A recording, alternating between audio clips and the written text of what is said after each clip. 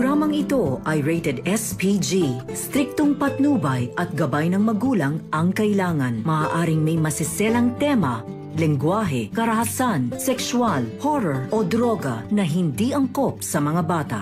Ikaw ang aking lala sa gabing marinig.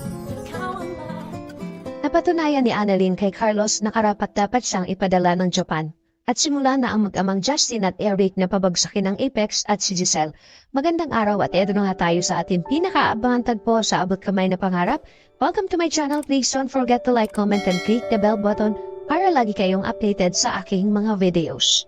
Samantala, hindi sinasadya ni Carlos na masugatan niya si Lynette dahil sa galit nito at matinding selos niya kay RJ, ay hindi ito nakapasok ng trabaho. Pinagpahinga na lang muna siya ni Carlos, kaya pumayag naman si Lynette. Hindi naman inaasahan ni Lynette na bibisitahin siya ni Chang Susan at Josa sa bahay niya. Dahil sa nangyari kahapon na ipinag-alala ni Josa, kaya agad nilang pinuntahan si Lynette at makibalita kung inaway o sinaktan siya ni Carlos dahil kitang-kita ni Josa ang galit ni Carlos kay Lynette. Nagdahilan naman si Lynette kay Josa na naniniwala sa kanya si Carlos at naging maayos naman ang kanilang pag-uusap. At dahil sobrang nag-alala si Josa kay Lynette, ay hindi niya napigilan na maikwento ito kay Annalyn. Nakiusap naman si Lynette kay Josa na kapag may nangyaring ganito, ay huwag niya nang sasabihin kay Annalyn dahil ayaw niya itong mag-alala para sa kanya. Humingi naman ng sorry si Josa kay Lynette at sabay hinawakan niya ang balikat nito nang biglang napaaray si Lynette. Ipinagtaka ito ni Josa kung bakit bigla siyang napaaray kaya naitanong ni Chang Susan kay Lynette kung may masakit ba sa kanya. Sabi ni Lynette na wala po Chang Susan, medyo masakit lang ang balikat ko ngayon kaya hindi ako nakapasok. Mawawala din to mamaya. Pero si Josa ay iba ang tumatakbo sa isipan niya. Hindi siya naniniwala sa mga dahilan ni Lynette at malakas ang kutob niya na sinaktan ito ni Carlos kaya may masakit sa kanya. Hindi naman ito pinahalata ni Josa kay Chang Susan at baka mag-alala pa ito. Habang si Lynette naman ay iniba na lang ang usapan nila. Nakabilang dako naman sa East Hospital ay kausap ni Annalyn si Miss Pokwang at ang handang-handa na sana itong subukan ni Annalyn kung ano ang mga natutunan niya sa mga itinuro sa kanya ni Annalyn. Nagmalaki naman si Pokwang na pinag-aralan niya talaga dahil ayaw niyang mapahiya si Annalyn kay Doc Carlos nang biglang ipinatawag si Annalyn dahil may biglaang emergency. Agad naman pumunta ng ER si Annalyn at sumama din si Miss Pokwang para makita niya kung ano ang ginagawa ng mga neurosurgeon doctor. Napabilib siya sa galing ni Annalyn kaya naman bilang pasasalamat ni Miss Pokwang kay Annalyn ay pinag-aralan niyang mabuti ang mga itinuro nito sa kanya dahil alam ni Pokwang na isang challenge ito para kay Annalyn na matutunan niya ang lahat na itinuro nito para magamit niya din sa gagawin niyang pelikula.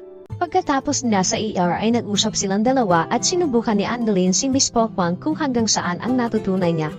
Inisa-isa naman ito ni Pokwang kay Annalyn kaya tuwang-tuwa silang dalawa dahil madaming natutunan si Miss Pokwang. Nagpasalamat naman si Miss Pokwang kay Annalyn dahil sa galing nito bilang isang batang doktor. Nabanggit ni Annalyn kay Miss Pokwang na isa itang test para sa kanya ni Doc Carlos para makuha niya ang slot na ipapadala sa Japan dahil isa ito sa mga pangarap ni Annalyn. Sabi ni Pokwang na huwag kang mag-alala, hindi kita ipapahiya kay Doc Carlos at sigurado ako na makukuha mo ang slot na yan at napa-cross finger si Annalyn at excited na siya na mapabilang sa mga ipapadala sa Japan. Samantala, tinawagan ni Carlos si Michael para yayain itong lumabas dahil matagal-tagal na silang hindi nagkikita at nagkakausap. Ikinatuwa naman ito ni Michael at sa wakas ay nagkaoras din si Carlos na lumabas paminsan-minsan dahil alam ni Michael na laging busy itong si Carlos. Sa bar nagkita silang dalawa at habang nagiinom sila ay nagkukwentuhan sila. Maya-maya ay naitanong ni Michael kung kamusta na si Lynette at Annalyn.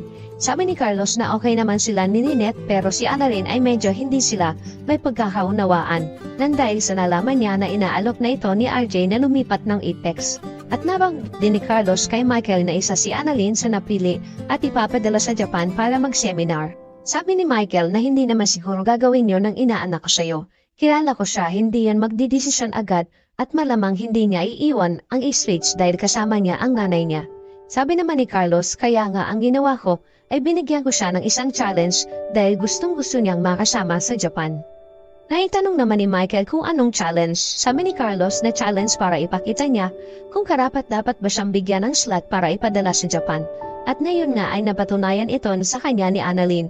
Kaya napahanga si Carlos kay Annalyn dahil kahit anong cases ang ipahawak ko sa kanya ay kayang-kaya niya itong maipisa. Dahil ganong katalino at kagaling si Annalyn. Ikinatuwa naman ito ni Michael dahil alam niya na magaling talaga si Annalyn at sinabihan niya si Carlos na mahal niya ang batang yan. At itinuring ko na siya na parang anak ko. At saka kung ano man ang galit mo kay RJ, sana wag mong ibuntun sa kanya. Napaisip si Carlos sa mga sinabi ni Michael na tama nga naman na hindi niya dapat idamay si Annalyn sa galit niya kay RJ. Kaya nagdesisyon si Carlos na ibigay kay Annalyn ang slot papuntang Japan dahil naipasa ni Annalyn ang test na binigay niya. Kinabukasan sa East Ridge ay ipinatawag ni Carlos si Annalyn kay Doc Enriquez para sabihin sa kanya na ibinibigay ko na sa iyo ang slot para ipadala ka sa Japan dahil naipasa mo ang challenge na ibinigay ko sa iyo. Kinatuwa ni Annalyn ang sinabi ni Doc Carlos kaya pinasalamatan ito ni Annalyn. Nakangiting kinamayan siya ni Carlos at sinabi na congratulations Dr. Santos at ibinigay na ni Doc Enriquez ang memo para pirmahan ni Carlos. Nagsabi naman si Annalyn kay Carlos kung pwede niyang bisitahin ang nanay Lynette niya dahil gusto niya itong ibalita. Pumayag naman si Carlos kaya mas lalong ikinatuwa ito ni Annalyn at nagpaalam na siya. Agad nagpunta si Annalyn sa bahay ng nanay Lynette niya para ibalita sa kanya na kasama siya sa ipapadala sa Japan. Naabutan ni Annalyn na nagluluto ang nanay Lynette niya kaya ikinatuwa naman ito ni Lynette dahil binisita siya ng anak niya at sobrang miss niya na si Annalyn. Sabi ni Annalyn na may good news po ako sa inyo, Nay. Sabi ni Lynette na ano yon? Nakangiting sinabi ni Annalyn na makakapunta ako ng Japan. Kaya ikinatuwa naman ito ni Lynette dahil unti-unti nang natutupad ang pangarap ng anak niya at napayakap siya kay Annalyn nang biglang napaaray si Lynette. Ikinagulat ito ni Annalyn kaya inalis niya agad ang pagkakayakap niya kay Lynette niya. Napatingin siya sa nanay niya at nagtataka. Kaya nilapitan niya ulit ito at tiningnan niya ang braso ng nanay Lynette niya at nakita niya na may sugat ito. Tinanong ni Annalyn ang nanay Lynette niya kung anong nangyari sa kanya at kung bakit siya may sugat. Sabi ni Lynette na wala ito anak, sumabit lang ako sa isang bagay kaya ako nagkasugat. Huwag kang mag-alala, nagamot na yan ni Carlos. Kaya niyaya na ni Lynette si Annalyn kumain para hindi na ito magtanong pa. Samantala sa Apex magkausap ang mag-amang Eric at Justin sa opisina niya. Pinag-uusapan nila ang gagawin plano kung paano nila pababagsakin si Giselle at kung paano nila makukuha ang Apex na hindi nila nalalaman. Sabi ni Eric na madali natin mapapabagsak ang Apex kapag nakuha ko ang loob ng mga taong nakapaligid kay Giselle at paiikutin natin si Giselle.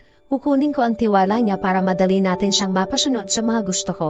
At kapag napabagsak na natin ang Apex at ganun din si Giselle, dahil buhay nila ang Apex, sabi ni Justin na eto na ang pagkakataon ko makuha ko ang nararapat para sa akin dahil hindi ko siya mapapatawad sa lahat ng kasalanan niya sa akin. At eto na din ang oras na nararapat na ibibigay natin sa kanya kung ano ang para sa kanya. Ikinatuwa ito ng mag-ama dahil umaayon sa kanila ang pagkakataon. Hindi alam ni Giselle ang sariling dugo at laman lang niya ang magpapabagsak sa kanya. Tuluyan na kayang magawaan ng plano ng mag-amang pabagsakin ng Apex? Malaman kaya ni Giselle ang lahat ng plano ng mag-ama sa kanya? Paniniwalaan kaya ni Annalyn ang dahilan ni Lynette kung bakit siya nagkasugat? Yan ang ating pakaabangan dito lang sa Abot Kamay na Pangarap. Huwag bibitiw, huwag kalimutan mag-subscribe. Maraming salamat po and God bless.